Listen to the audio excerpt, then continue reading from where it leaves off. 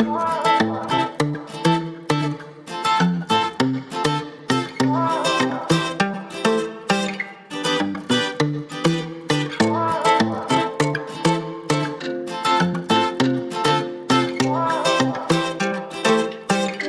and welcome back to Coffee with Timmy. How are you doing?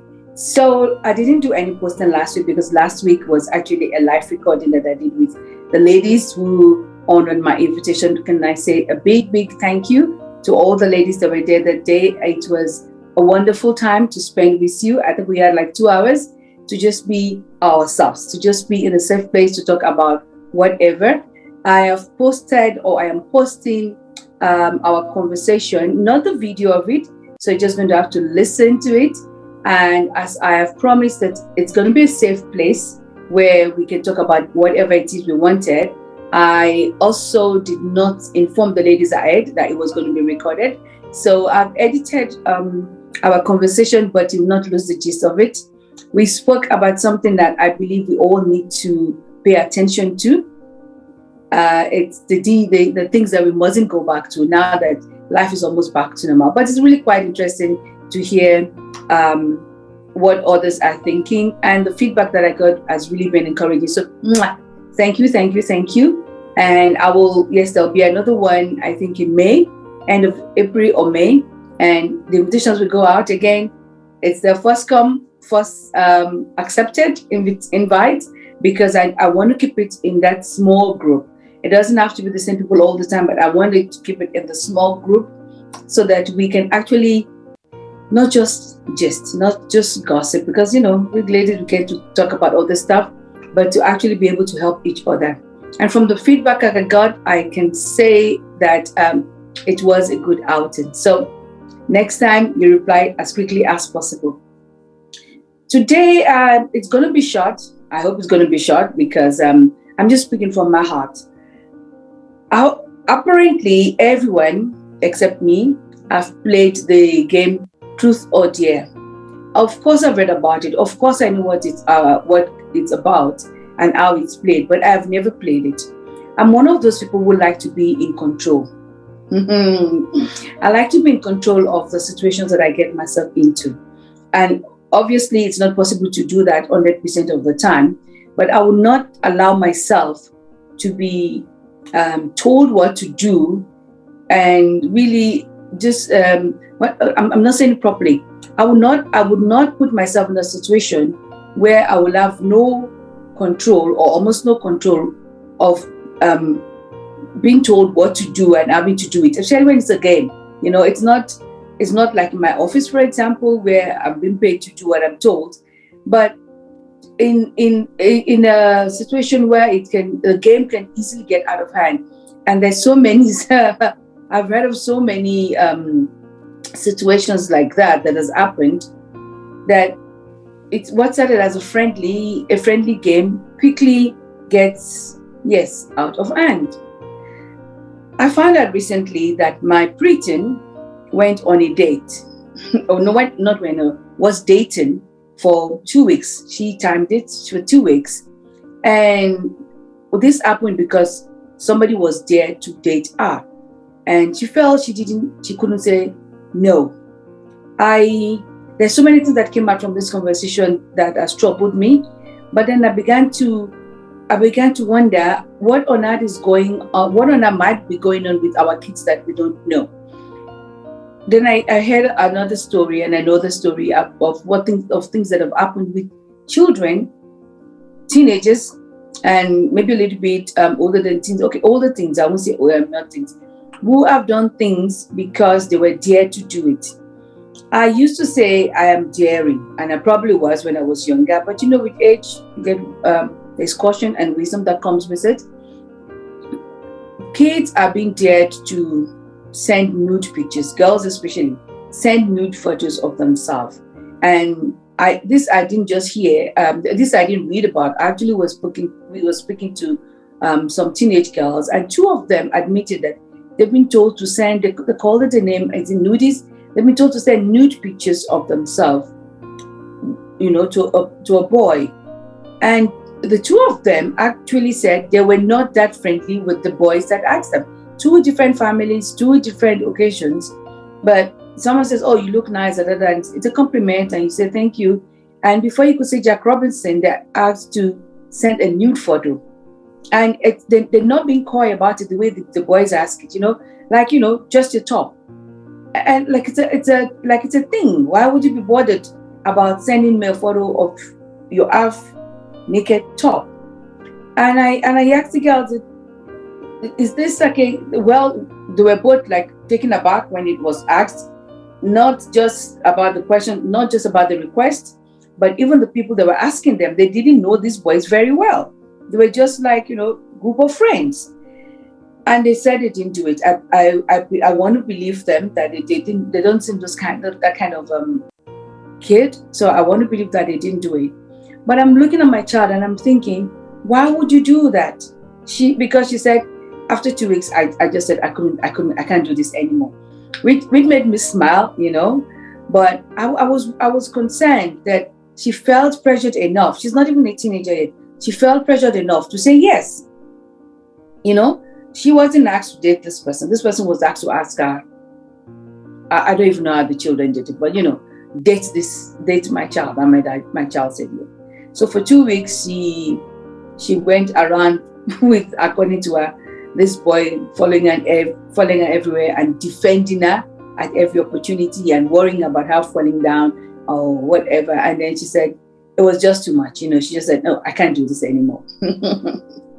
I'm glad she said she couldn't do this anymore, but even the way that was accomplished has got me worried now that I've decided that I've got to take steps in getting her, I don't know, into a course or letting her be capable enough.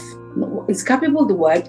To be confident enough to say no, not to, I know there's going to be peer pressure and already I'm dreading it, I'm dreading it. So I know there's going to be peer pressure, but I want her to be confident enough to say no to the things that we don't agree, we already have talked about, and we say, no, this is not right, this is not for you. So what else are your kids getting up to that you don't know? A child dared another child to,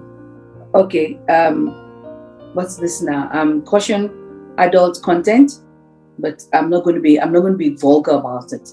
But a child dared a boy dared a girl to give him a blowjob in a school premises, and she did. Now I won't say she went along with it because I think she sort of prompted it in the way the conversation was going. You know how sometimes even as adults we're having a conversation, okay, this sounds a little bit ambiguous, what this guy is saying or what this person is saying, and you sort of know because you can take this comment this way or that way.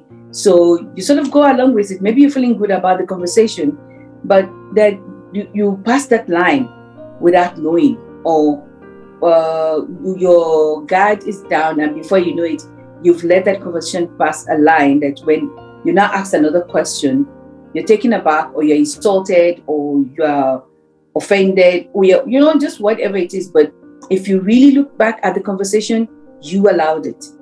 You put yourself into that place where that conversation could lead into an area where you don't want it to go. So I would say from what I gather, she sort of pushed the conversation that way.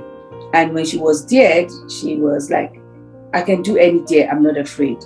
She was dead and she went ahead and she did it. These are teenagers. Of course, if other teenagers had not gone home and repeated this, like, I don't know how they repeat it, maybe in person, maybe, oh, you know what, this happened in school today. I don't know how the conversation went in the house. Nobody will have been any wiser. But boys being boys, and I guess maybe young girls being young girls. Anyway, boys being boys, he told everybody this was going to happen. He told everybody when it happened. And she thinking, yeah, I'm bold. I don't know. I'm trying to figure out what her thinking was. Also told that I'm going to do this. And yes, I did it. Should, I don't know. Later on, I hope she regrets it. I actually do hope she looks back and think, in a school toilet of all places, I have I don't know. I don't know whether that was a first encounter, in a first sexual encounter, but in a school toilet. Okay, I didn't. So maybe you did. Maybe some people are thinking, "What's wrong with this woman? What's Temi talking about?" I've read about it. I've heard about it, but I didn't. And when I was in school, I was curious. Yes, I cannot lie. I was curious about the workings of of sex and sexual stuff and all of that. And we read Mills and Boone. That was the most. It's not even exotic now, but it was romance, and they will eventually do it without actually telling us that they're doing it. We just know they get under the covers and we assume that's what's being done. Okay, so I'm smiling and laughing about things that really are not funny because they are serious and they are important. Okay, there's so many things that you need to figure out a way to find out what's going on with your children, or even with your ward, or even with your nephews, your nieces.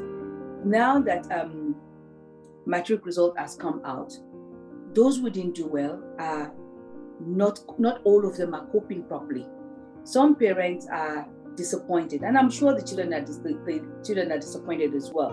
But when a parent is so disappointed to say to the child, you never accomplish anything, you will never accomplish anything, this is all you ever do, you just failed, you're just not worth it.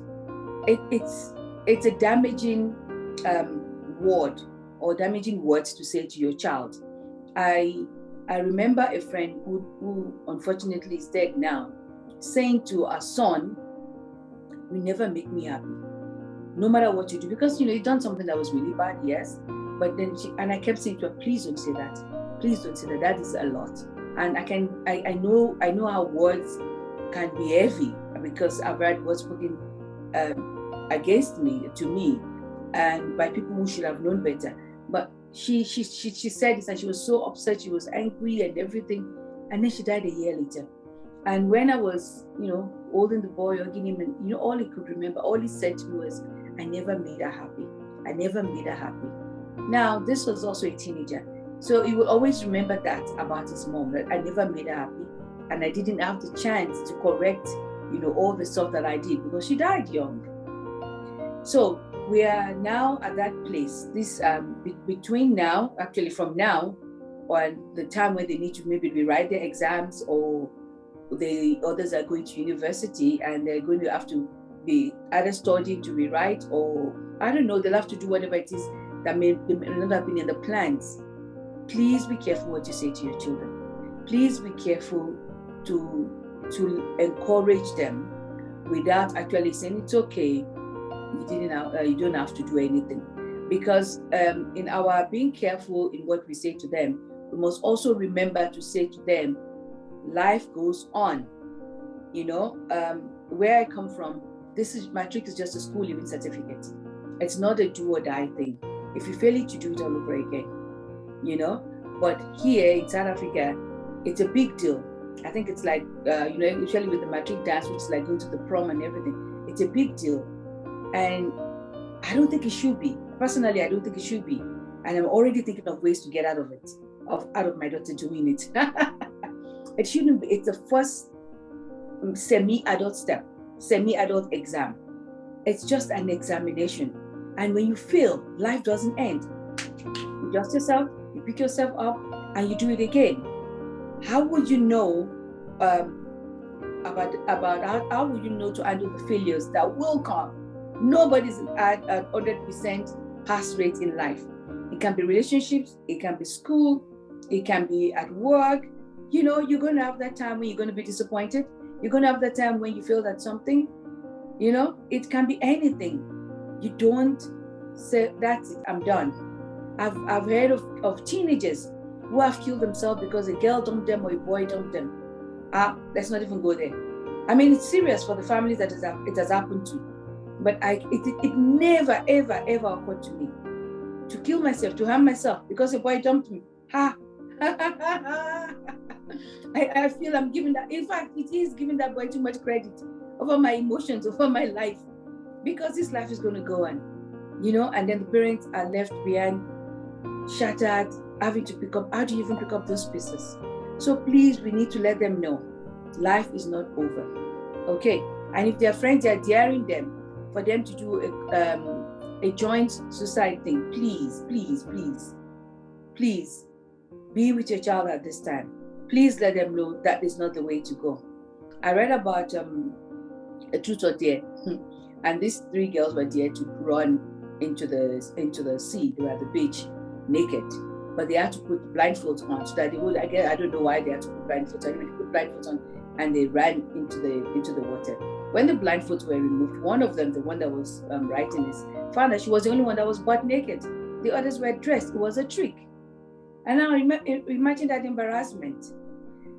Don't you can only do all that you know when you're there with your child. So you're going to have to send them out with prayers. You're going to have to pray over them. Do not be tired to pray over them.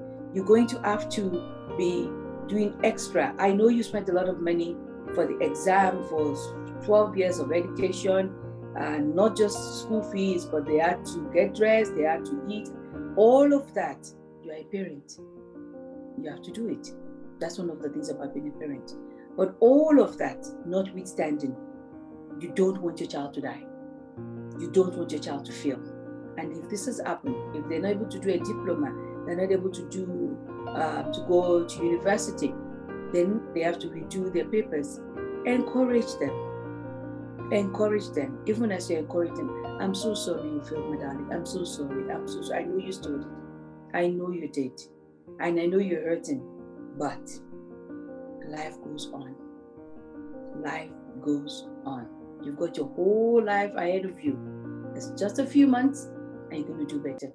And there's even a chance to retake. You have the supplementary exams. So, phone off, TV, going out, everything off. Buckle down and get this done. I dare you to be a better parent. Of course, I'm not daring you to be a better parent. I know you're already a good parent, but we can always be better than we are today. And when we learn, we'll grow. So please, find out, take your child out, find out what's going on. Be friends with your children's teachers. Be friends with them. They know what's going on. They know more than you do. Do not be nasty to the teachers. You know, parents will just get to school and treat the teachers like they're part of the gate fittings. Be nice to the teachers. Know what is going on with the teacher's life, if possible. Know the teacher's kid's name. Just, be friends with that teacher. Whichever class your child is, be friends with the teacher and you will know what is going on in the school. Well, at least what is going on with your child. Oh my word, I didn't take my coffee. Ooh, it's cold now. That's not going to be so nice to take, eh? So it's been Coffee with Yemi, and I'll see you next week. As soon as I post the conversations from last week, you know about it. And then I'll tell you all the other news. Take care.